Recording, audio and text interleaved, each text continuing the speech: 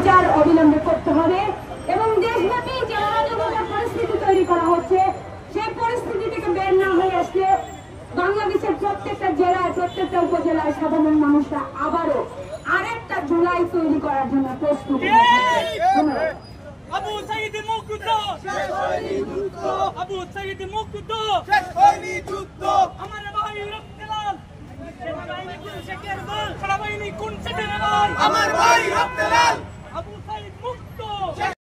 দূর হয়নি, আমরা দূর করতে পারিনি। প্রত্যেকটা জায়গায় ফেসিবাদের দূষররা বসে আছে।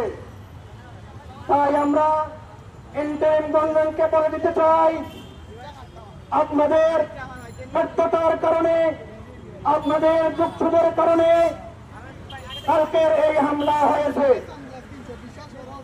বাংলাদেশের মানুষের পক্ষে, ন্যায়ের পক্ষে, অন্যায়ের বিরুদ্ধে বাংলাদেশের মধ্যে যদি কোনো পন্থ থাকে, কোনো বলিষ্ঠ পন্থ সুর থাকে, সেটা হলো বিপি নুরুল হক নূর।